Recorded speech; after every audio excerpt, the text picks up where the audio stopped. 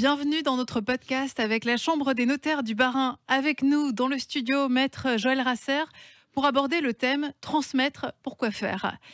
Maître Rasser, à quel moment de ma vie dois-je songer à transmettre mon patrimoine ? Alors, il n'y a pas de vraie réponse à la question. Ça va dépendre de l'âge, ça va dépendre du patrimoine. Après, les gens commencent à y réfléchir plus sérieusement quand ils commencent à avoir la cinquantaine, la soixantaine, qui partent à la retraite ou s'apprêtent à partir en retraite. Et puis, évidemment, souvent, ils attendent que leurs enfants soient majeurs. Alors, parfois, ils attendent aussi de voir ce que va donner, entre guillemets, la pièce rapportée, comme ils l'appellent souvent lors des rendez-vous. Et en fonction de ça, ils viennent, oui, clairement, entre 50 et 65 ans, souvent la première fois pour en discuter. Ce n'est pas toujours facile d'aborder avec ses proches sa succession de son vivant. Pourtant, on doit en discuter. Plus vous donnez tôt, moins vous paierez d'impôts. C'est ça la règle ? Ah, clairement, oui. Ouais. Ça dépend vraiment du patrimoine. Donc, les gens qui ont un gros patrimoine, il faut les encourager à donner jeunes. Alors, pas trop non plus, puisque à un moment donné, quand on donne, on ne reste plus forcément maître des décisions qu'on prend. Donc, certaines typologies de biens, par exemple une entreprise ou sa résidence principale, il faut quand même veiller à le donner, soit à un moment où on sait qu'on a des enfants qui ne nécessitent plus, du fait de leur minorité, un accord des juges des tutelles si on voulait vendre, ou qui sont suffisamment établis dans la vie. Voilà, ça dépend vraiment de ce qu'on donne, hein. Rappelez-nous dans quelle mesure on est taxé si on n'anticipe pas une donation. Alors, si on n'anticipe pas, on est très vite taxé à 20% dès lors qu'on dépasse ces abattements. Actuellement, la règle, c'est qu'un chaque parent peut donner ou chaque enfant peut hériter de son parent gratuitement jusqu'à 100 000 euros, peu importe la nature du bien. Au-delà de ces 100 000, alors si on ne parle pas de donation mais purement d'héritage, il y a une taxation qui s'opère à 5, 10, 15, puis très vite 20%. On tombe très vite dans cette tranche-là. Et après, on passe même à des tranches plus élevées de 30%, mais là, il faut déjà dépasser un demi-million. Donc ça, c'est pas forcément la majorité, mais souvent, quand on tombe sur du taxable, c'est un taux marginal de 20%, ce qui est énorme. C'est ce qu'on appelle les droits de succession. Oui. Comment donner de son vivant à ses enfants et ses petits-enfants, et que peut-on leur donner ? Alors, qu'est-ce qu'on peut donner ? Plein de choses. On peut donner de l'argent, des biens immobiliers, bâtis, non bâtis, des parts de société, des entreprises. On peut les donner en pleine propriété, on peut les donner en nue propriété. Et tout ça se fait par un acte de donation ou de donation-partage. Alors, on parle de donation-partage quand on a plusieurs enfants et qu'on donne des biens différents à chaque enfant au terme d'un même acte. C'est ce qu'il faut faire, hein. Clairement, idéalement, quand on a plusieurs enfants, il vaut mieux donner dans un même acte. Parce qu'il y a des gens qui en ont plusieurs et qui donnent, par exemple, un des enfants veut construire, hop, on lui donne le terrain à bâtir. 5 ans après, le deuxième a déjà son terrain, mais manque d'argent pour financer sa construction, hop, on lui fait un don d'argent, et ainsi de suite. La problématique qu'on a dans ce genre de cas de figure, c'est qu'au moment du décès, d'un point de vue civil, on réintègre tout ça pour faire les calculs entre les enfants et on revalorise potentiellement les biens. Et là, ça peut donner lieu à des discussions. Alors que quand on a plusieurs enfants et qu'on fait une donation-partage, on leur donne à tous au sein du même acte et on ne revalorise pas au moment du décès. Ce qu'ils ont signé, accepté, ils ne peuvent pas revenir dessus. Et ça permet quand même de laisser une paix familiale derrière soi plutôt que des discussions à venir derrière, hein. Oui, car la loi française interdit de déshériter à un enfant. Donc vous, ça c'est votre job. Le notaire s'assure qu'un partage équitable a été établi entre les différents enfants ?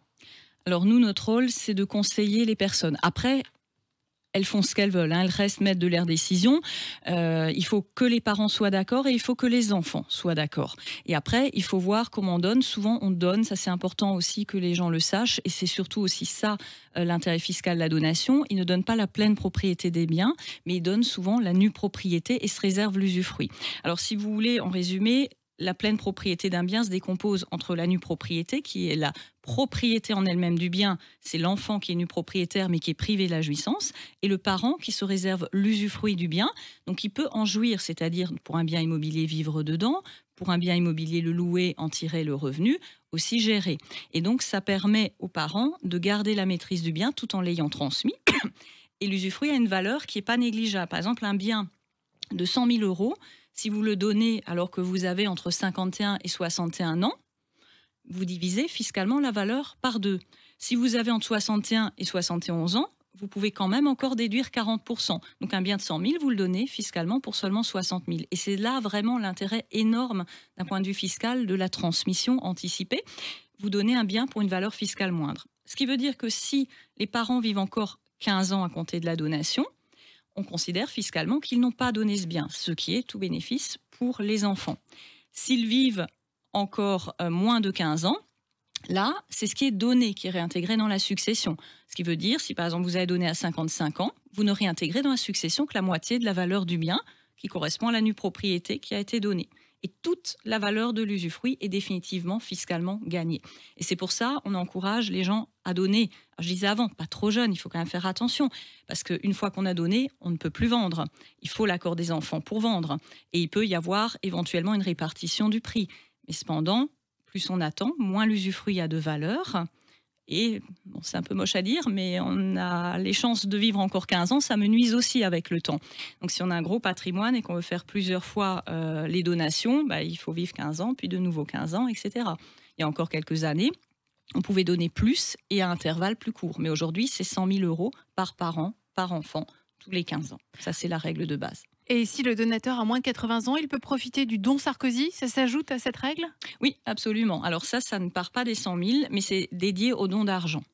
Alors, on l'appelait le don Sarkozy, ça a été pérennisé depuis dans une volonté du gouvernement de permettre la transmission d'argent. Alors, il faut juste faire attention, c'est un petit peu encadré. Il faut que la personne qui reçoit soit majeure. Il faut que la personne qui donne ait moins de 80 ans. Et surtout, il faut le déclarer. Donc, avant de donner des sommes qui peuvent entrer dans le cadre de cette loi, idéalement, il faut en parler au notaire pour voir comment on le fait, soit par don manuel, soit par acte notarié. Surtout si on a plusieurs enfants, de faire même des dons d'argent par acte notarié, ça a de vrais intérêts. De nouveau, pour éviter qu'on commence à regarder au moment du décès ce que chacun des enfants a fait de l'argent qui a été reçu, et c'est limité à un montant de 31 865 euros également tous les 15 ans, ce qui permet déjà 31 865 euros par parent, par enfant, de transmettre une belle somme au final. Donc il ne faut pas hésiter, mais il faut que ce soit déclaré absolument dans le mois. Si ça, c'est pas fait, ça part de l'abattement général des 100 000 et ça, c'est dommage. Et par rapport au don d'argent, une question qu'on nous pose souvent, je me permets juste, souvent les gens nous demandent à partir de combien on déclare. Alors là encore, on ne pourra jamais vous dire avec certitude une somme exacte. Mais ce qu'il faut retenir, c'est que c'est variable d'une personne à l'autre. Ça dépend du patrimoine, des revenus, des habitudes. C'est vraiment la différence entre le cadeau, qui n'est pas à déclarer, et le don, qui lui l'est. Donc, tout dépend du capital qu'on a. Pour quelqu'un, donner 5 000 euros, ce sera un cadeau, parce qu'il a beaucoup de patrimoine, beaucoup de revenus. Pour une autre personne, 5 000 euros, ce ne sera pas grand-chose. Cette personne pourra le passer en cadeau de Noël, en cadeau d'anniversaire. Mais dès lors qu'on commence à avoir un doute, il vaut mieux déclarer. Souvent, les gens ne déclarent pas pensant payer de l'impôt. Or, avec ce don que vous appelez Sarkozy, qui a été pérennisé depuis, on peut le déclarer, le faire officiellement, et de toute façon, on ne paiera rien. Alors, autant le faire. Oui, c'est tout bénef. Voilà. En fait, les gouvernements incitent les générations d'un certain âge, les plus aisées aussi, à transmettre de leur vivant une partie de leur patrimoine à leurs descendants. En fait, c'est aussi pour relancer la consommation? Oui, justement, ces dons d'argent. Alors, il y a eu une autre loi qui est sortie il y a quelques mois de ça, mais qui, elle, pour l'instant, n'est que sur une durée limitée, qui permet, dans certains cas de figure, également, toujours pour les dons d'argent, de donner 100 000 euros. C'est pour des gens qui construisent, c'est pour des gens qui investissent dans des PME, font une certaine typologie de travaux. Donc, le don d'argent est véritablement encouragé. Ça, c'est clair. Et en plus de ça, ce qui peut encourager aussi, c'est le fait que la loi permette aussi les donations transgénérationnelles. Donc, vous pouvez donner à vos enfants, mais vous pouvez aussi donner à vos petits-enfants. Et tout ça au sein d'un même acte. Quelqu'un qui a 2 enfants peut donner par exemple à son fils et aux 2 enfants de sa fille. Tout ça peut se faire. Quels sont vos conseils pour la transmission des biens immobiliers comme la maison familiale? Alors, il faut bien y réfléchir. Donner, c'est vraiment fiscalement extrêmement intéressant. Il faut le faire à un moment donné où on est prêt. Parfois, les gens ont une inquiétude par rapport à leur résidence principale parce qu'ils disent « Oui, mais moi, une fois que j'ai donné, je ne peux plus vendre si mes enfants ne sont pas d'accord. » Et si ça, c'est vraiment le seul frein à la donation, c'est dommage de ne pas faire la donation à cause de ça, vu les avantages fiscaux énormes qui en découlent. Donc une solution peut être d'intégrer préalablement la résidence, enfin d'autres biens pareils, hein, mais la question se pose plus souvent pour la résidence principale, de par exemple intégrer et d'apporter cette maison ou cet appartement dans une SCI et de transmettre après les parts de la SCI en nue propriété plutôt que la maison elle-même. Que les parents dans ce cas-là restent gérants, que ce soit les usufruitiers, donc les parents qui gardent les droits de vote au niveau de la société. Et de cette façon-là, ils gardent une plus grande maîtrise de la gestion. Et là, c'est tout bénéfice pour eux, puisque à la fois, ils ont donné en bénéficiant des abattements liés à l'usufruit qu'ils ont gardé, et en plus, ils peuvent quand même gérer le bien, parce que c'est important pour eux de se dire, si je veux vendre, je peux vendre. Et de toute façon, d'une façon plus générale, on met toujours des garde-fous dans les donations. Hein, ça, il faut vraiment le savoir. C'est pour ça le conseil du notaire à ce niveau-là est très important aussi. Quand des parents viennent pour parler donation, surtout si c'est la résidence principale et surtout si ce sont des biens pour lesquels ils gardent un usufruit, on va leur demander, leur conseiller d'intégrer des clauses qui disent notamment que les enfants ne peuvent pas donner sans leur accord, ne peuvent pas hypothéquer sans leur accord. Ou souvent, l'inquiétude qu'il y a, c'est mon enfant, s'il se marie ou s'il divorce, s'il se remarie avec quelqu'un, est-ce qu'on risque pas de le perdre, le bien, et que ça aille de l'autre côté? Ben non, on met des interdictions de mise en communauté. On met des droits de retour qui disent que si les enfants décèdent eux-mêmes sans descendants, ça revient gratuitement aux parents. Et que si les enfants ne respectent pas ça, tout simplement, les parents peuvent demander la révocation. Et ça, pour un parent qui donne, c'est très important d'avoir cette garantie-là que l'enfant derrière ne peut pas faire ce qu'il veut avec les biens qui ont été donnés. Oui, c'est des clauses qui apportent des garanties. Absolument. Et donc la SCI, la Société Civile Immobilière, vous l'avez dit, c'est un outil intéressant pour transmettre son patrimoine. patrimoine. Ça peut être complémentaire, ouais, pour certains cas, oui. On parle aussi beaucoup d'assurance vie. L'assurance vie est également un outil intéressant pour transmettre son capital? Alors, c'est un outil intéressant. C'est une transmission qui se fait cette fois-ci au décès. Parce que les donations, c'est vraiment transmettre du vivant, mais en gardant souvent l'usufruit. L'assurance vie, c'est je fais un contrat, je dis qui en est bénéficiaire. Il faut savoir que on peut mettre ses héritiers ou quelqu'un d'autre dedans. Alors évidemment, il ne faut pas s'en servir pour déshériter quelqu'un. C'est pas le but. D'ailleurs, on ne peut pas. Il y a des garde-fous si les primes sont manifestement exagérées. Mais cependant, c'est un outil qui est sous certaines conditions hors fiscalité. Alors c'est pas non plus toujours hors fiscalité comme le pensent certains. Tout dépend de la date du contrat. Tout dépend de quand la personne a versé les primes, quel âge elle avait.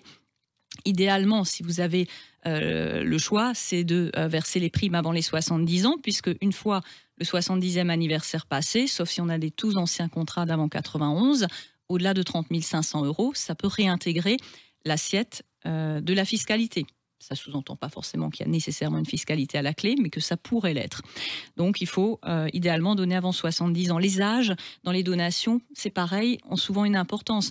Il faut faire attention. Je parlais d'usufruit avant. Il vaut mieux donner à 50 ans qu'à 51. Il vaut mieux donner à 60 qu'à 61, parce qu'on perd 10%. Avec l'assurance, c'est pareil, l'assurance vie. Il vaut mieux donner à 69 qu'à 71. Donc, il faut toujours se faire conseiller par rapport à ça et s'y prendre à temps, au moins déjà au niveau du conseil. Oui, il y a des âges clés. Oui, c'est ça, à pas louper. Vous l'avez dit, votre client est libre de décider de son héritage. On parlait tout à l'heure, on n'a pas le droit en France, la loi française interdit de déshériter un enfant, mais on voit dans la presse People qu'il y a quand même des gens qui détournent la loi. Maintenant, depuis l'affaire de Johnny, tout le monde sait ce que c'est une réserve et une quotité disponible. Le principe, c'est que quand vous avez un enfant, vous ne pouvez pas disposer librement de plus que la moitié de votre héritage. 2 enfants, vous ne pouvez pas disposer de plus d'un tiers. 3 enfants et plus, pas de plus d'un quart, sous réserve d'ajustement par rapport au conjoint survivant quand même. Les règles sont un petit peu différentes, mais il y a toujours une réserve qui reste garantie à l'enfant. Et ça, c'est important. Il y a des personnes qui pensent que parce qu'elles vont faire un testament, hop, on peut déshériter l'enfant. Non, ça, on ne peut pas. L'enfant pourra toujours, même si vous faites un testament en disant que tout est pour une personne, n'importe quoi, tout est pour le voisin alors que vous avez un enfant. L'enfant pourra toujours faire une action pour demander à minima sa part. Alors les testaments, c'est souvent plutôt les gens qui n'ont pas d'enfants ou des gens, souvent des jeunes font des testaments. Étonnamment, c'est les plus jeunes avec qui c'est le plus facile d'en parler et c'est souvent eux qui le font le plus. Un jeune couple, pacsé ou pas pacsé, mais en tout cas pas marié, qui achète son premier bien, 9 fois sur 10, ils vont faire un testament pour se protéger. Ou des personnes qui n'ont pas d'enfants et qui veulent pas forcément que ça aille au frère, à la sœur, qui préfèrent que ce soit à telle filleule, à telle nièce, etc. Et c'est plutôt ces gens-là qui vont faire des testaments. Entre époux, on fait plutôt des donations entre époux souvent. Oui, donc le testament est aussi une clause, une garantie du suivi de son héritage. Oui. Merci pour tous ces conseils, maître Joël Rasser, membre de la Chambre des notaires du Bas-Rhin.